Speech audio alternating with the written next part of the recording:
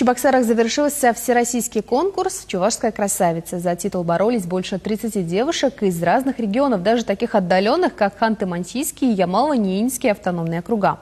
В Чебоксары приехали также чувашские красавицы из Мурманска, Самары, Ульяновска, Тюмени. Конкурс всероссийского масштаба проводится не каждый год, предыдущий был 5 лет назад. Место его проведения все время меняется. На этот раз честь принимать у себя чувашских девушек со всей страны выпала Чебоксарам. Организаторы говорят, они собирают участниц, чтобы представительницы чувашских диаспор в своих регионах не забывали культуру предков, чтили традиции. Девушки демонстрировали на сцене знания родного языка, истории, национальной кухни, костюмов и, конечно же, дефилировали в красивых нарядах. В итоге сердца членов жюри покорила уроженка Татарстана Ксения Романова.